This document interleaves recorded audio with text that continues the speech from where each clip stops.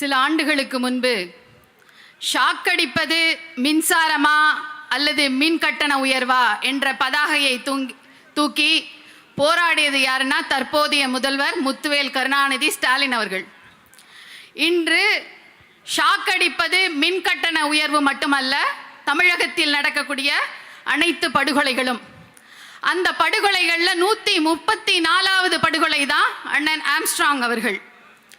அண்ணன் ஆம்ஸ்ட்ராங் அவர்கள் தேசிய கட்சியினுடைய மாநில தலைவர், முதல்வரின் தொகுதியில் வெட்டி படுகொலை செய்யப்படுகிறார். இது காவல்துறைக்கு தெரியல அப்படின்னா நாய் கூட மோப்பம் அடிக்கும். ஆனா காவல்துறைக்கு தெரியல அப்படின்னா நிலாவை காட்டி பாட்டி வடை சுடுறாங்க. அந்த கதையை தான் தமிழக அரசு நம்ம கிட்ட சொல்லிட்டு இருக்கு. அவர் எப்படி கொலை செய்யப்படுறார் அப்படின்ற அந்த இன்வெஸ்டிகேஷன் வரதுக்கு முன்னாடியே ஆம்ஸ்ட்ராங் ஒரு ரவுடி, ஆம்ஸ்ட்ராங் கட்ட பஞ்சாயத்து செஞ்சவர் அப்படின்னு.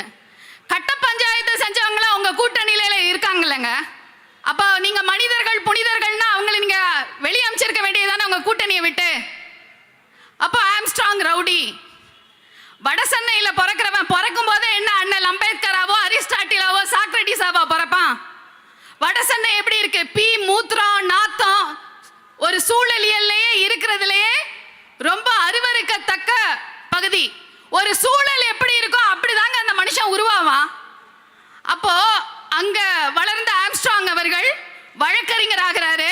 ஒரு அம்பேத்கரை படிக்கிறாரு. இப்ப அண்ணனை பார்த்து வளர்ந்த ஒரு பத்திரிகையாளர் ரா வினோத் அவர்கள் இந்து பத்திரிகை பெங்களூர்ல பணி செய்கிறாரு. அவர் ஒரு செய்தியை பதிவு செய்கிறார். நான் அம்பேத்கரை பற்றி என்ன கேட்டாலும் இந்த பக்கத்தில் இருக்கிறது என்று அந்த பக்கத்தின் பெயரை கூட கூறக்கூடியவர் அண்ணன் ஆம்ஸ்ட்ராங் அவர்கள் என்று குறிப்பிடுகிறார். அதையும் தாண்டி நான் கேள்வி எழுப்பினால் நீ என்னை வென்றுவிட்டாய் என்று அம்பேத்கரின் நூல்களை எனக்கு பரிசளிப்பார் என்கிறார். இந்த திராவிட கட்சிகள் பல்லனுக்கும் பறையனுக்கும் சண்டை மூட்டும். பல்லனுக்கும் பறையனுக்கும் சக்கிலியனுக்கும் தேவனுக்கும் தேவேந்திரனுக்கும் வன்னியருக்கும் பறையருக்கும் சண்டையை மூட்டுறது தான் திராவிட கலாச்சாரம், திராவிட மாடல். இதை உடைக்க முனைந்தவர் அண்ணன் ஆம்ஸ்ட்ராங் அவர்கள். அப்போ அண்ணன் ஆம்ஸ்ட்ராங் அவர்கள் தமிழர்கள் ஓர்மைப்பட வேண்டும் என்று விரும்பியவர்.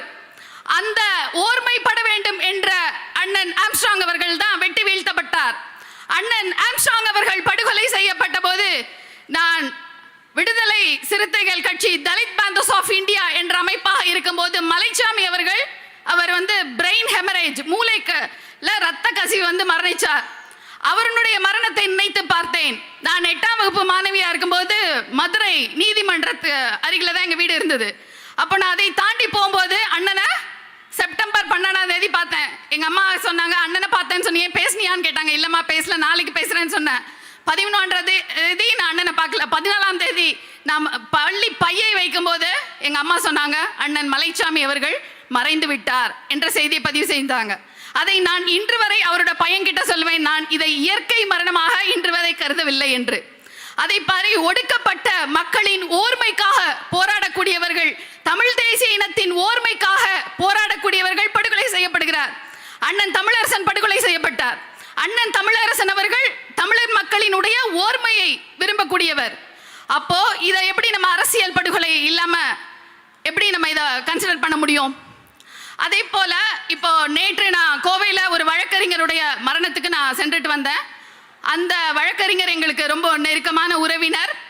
அவங்களுடைய மனைவி எனக்கு மெடிக்கல் காலேஜில் ஜூனியர். அவங்க சொல்கிறாங்க, அந்த குடும்பத்தில் இருக்கவங்க சொல்கிறாங்க, வழக்கறிஞருக்கு மேலே 40 வெட்டு. அதில் தாடையை வெட்டி அந்த தாடையே பிளந்திருக்கு அந்த வழக்கறிஞருக்கு. அவங்க மனைவி சொல்கிறாங்க, எங்கள் வீட்டில் பொருளாதார சிக்கல்கள் எதுவும் இல்லைங்க, ஆனால் எங்கள் வீட்டுக்காரர் 30 லட்சம் வாங்கி கொடுத்ததா சொல்கிறாங்க.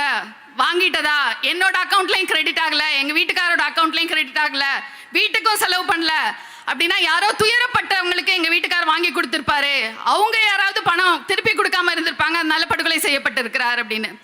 இந்த படுகொலைக்கான காரணமாக அந்த குடும்பம் யாரை சொல்கிறாங்க அப்படின்னு சொன்னால், சிறையில இருந்து வெளிவந்த கைதி தான் இதுக்கு காரணம் அப்படின்னு அவங்க சந்தேகிக்கிறாங்க. ஏன்னா அவர் தான் இவங்களோட 1 மாதமாக அவங்க வீட்டை கண்காணிச்சிட்டு இருந்தவர். அந்த சிறையிலிருந்து வெளிவந்த கைதி தான் கொண்டிருப்பாங்க அப்படின்றாங்க. அப்போ சிறையிலிருந்து வெளியக்கூடியவர்கள் அவர்களுடைய வாழ்வியல் மாற்றம் ஏற்பட்டு சிறைச்சாலைகள் என்பது சீர்திருத்த சாலைகளா இருக்கணும். இதைத்தான் தமிழர் இலக்கியம் மணிமேகலை பதிவு செய்கிறது. சிறை கோட்டத்தை அரைக்கோட்டமாக மாற்றியவர் மணிமேகலை. அந்த மாதிரி மனிதர்கள் மாற்றப்படணும் அப்படின்னா அவங்களுக்கு உண்மையாவே, நான் மருத்துவராக இருந்து சொல்றேன், சைக்காலஜிக்கல் கவுன்சிலிங் கொடுக்கணும் எல்லா கைதிகளுக்கும். அவங்களுக்கு ஒரு தற்சார்பு பொருளாதாரம், வெளியே வந்து அவங்க வாழ்றதுக்கான ஒரு நிலையை ஏற்படுத்தணும் காவல்துறை.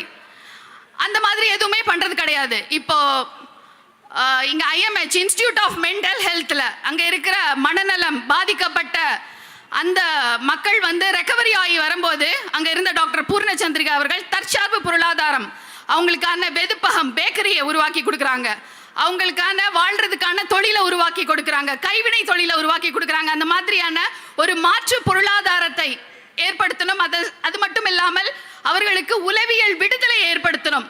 இதைத்தான் ஒரு ஃபாதர் வின்சென்ட் என்ற ஒரு சைக்காலஜிஸ்ட், ஃபாதர் வில்சன் என்ற சைக்காலஜிஸ்ட் திண்டுக்கல்ல அனுகிரகா என்ற ஒரு அமைப்பை வச்சிருக்காரு. அவர் சொல்றாரு, இந்த கைதிகள் வந்து மேலும் மேலும் பல குற்றங்கள் செய்ய காரணமாக இருக்கிறது இன்னர் சைல்ட்ஹுட், இளம் வயதில் ஏற்பட்ட காயங்கள். சிறு குழந்தையா இருக்கும் போது அவன் வறுமையில இருந்திருப்பான், பசியில இருந்திருப்பான், சில படுகொலைகளை, சில முரண்பாடுகளை பார்த்திருப்பான். அதனால இன்னர் சைல்ட்ஹுட், குழந்தை பருவத்தில் ஏற்பட்ட காயங்களை அவனை போக்குனாதான் அவன் ஒரு மகனாக, ஒரு நல்ல மகனாக வெளியே வருவான் அப்படின்னு.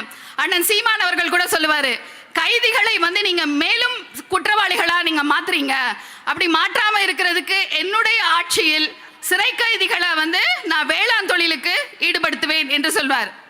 அதே மாதிரி இப்போ நம்ம பார்த்திருப்போம் வரலாற்றில் கரிகாலன் கல்லணையை கட்டினார்னு.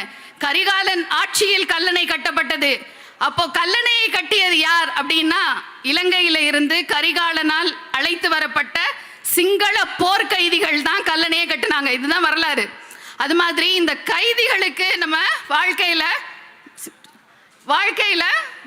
அவங்களுக்கு உளவியல் ரீதியான விடுதலை, உளவியல் ரீதியான உறுதி, இதையெல்லாம் ஏற்படுத்தினாதான் அவர்களும் இந்த சமூகத்துல ஒரு மேன்மைமிக்க மனிதர்களாக வாழ்வாங்க. இந்த குற்றம்லாம் குறைக்கப்படும். அது நம்மளோட ஆட்சியில நம்ம பண்ணுவோம். இப்போ மின் கட்டண உயர்வுல 1,00,000 கோடி வருவாய் இழப்பு, அதனால தான் நாங்கள் விலை உயர்வை அதிகம் பண்றோம் அப்படின்னு. அப்போ 2012ல் 1800 கோடி இழப்பா இருந்தது, இப்ப 1,00,000 கோடி இழப்பா மாறிடுச்சு. அப்படின்னா என்னன்னா, இங்க ஒரு திட்டமிட்டு ஊழல் தொடர்ச்சியா திராவிட ஆட்சியில நடக்குது அப்படின்றதான். அப்போ பாப்பாப்பட்டி, கீரிப்பட்டி, நட்டார்மங்கலம் என்ற இடத்தில் நேர்மையாக தேர்தலை நடத்திய அதிகாரி, ஒடுக்கப்பட்ட மக்கள் ஆட்சி பொறுப்பேற்க கூடாது என்ற போது நேர்மையாக அந்த தேர்தலை நடத்திய அதிகாரி பள்ளிக்கல்வித்துறை அமைச்சராக, பள்ளிக்கல்வித்துறை செயலாளராக இருக்கும்போது ரேங்க் சிஸ்டம் அபாலிஷ் பண்ண அந்த அதிகாரி தான் இப்ப நிதித்துறை செயலாளராக இருக்காரு. அதனால அவர் வந்து இவங்க ஆட்சி பொறுப்பேற்று 2021 இருந்து இதுவரைக்கும் திமுக ஆட்சியில வரவு செலவு கணக்கு இதை வந்து டிரான்ஸ்பரண்டா வெளியிடணும் அப்படின்றத நம்ம கேட்டுக்கிறோம். அப்புறம் நான் இது அண்ணனோட அனுமதி இல்லாமல் நான் பேசுகிறேன், அதுக்கு மன்னிக்கணும். இப்போ சில குரல் பதிவுகள் வருது, அதில் ஏன் உங்கள் அண்ணன் இப்படியெல்லாம் பேசியிருக்காங்க அப்படின்லாம் சில பேர் கேட்குறாங்க. இது நான் அண்ணனோட அனுமதி இல்லாமல் பேசுகிறேன்.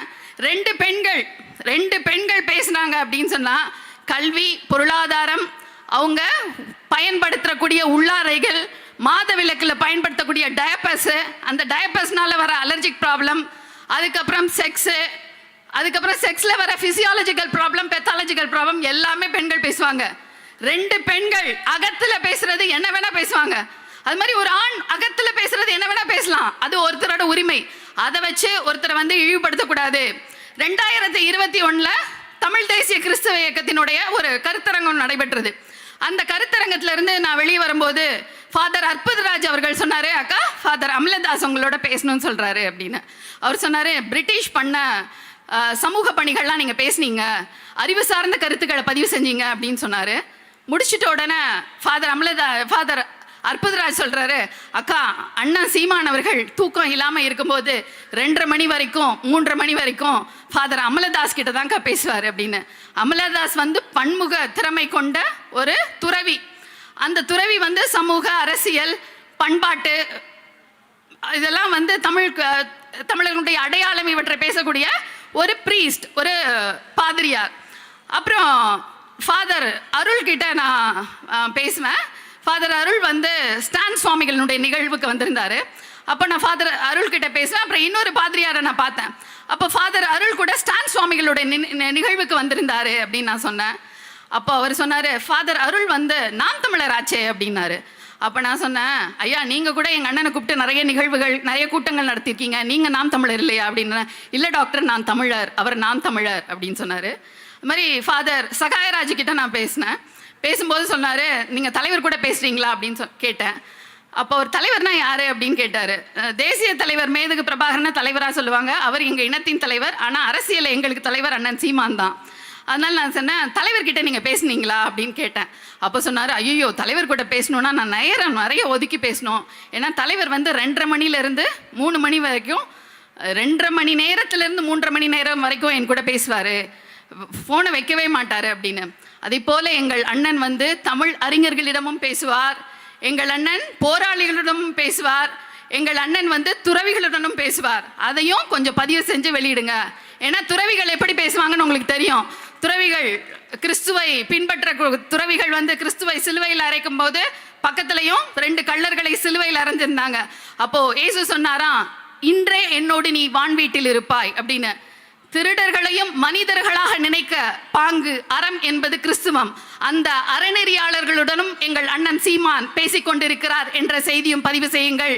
அன்பு மக்களே, தன்மானத்தையும் விடுதலை வேட்கையும் ஊட்டி விடுதலை இழந்த இந்த மண்ணின் மக்களை பேரெழுச்சி பெறச் செய்யும் நாம் தமிழர் கட்சியின் தலைமை ஒருங்கிணைப்பாளர் அண்ணன் சீமானின் கரங்களை வலிமைப்படுத்துவோம். நன்றி, வணக்கம். நாம் தமிழர்.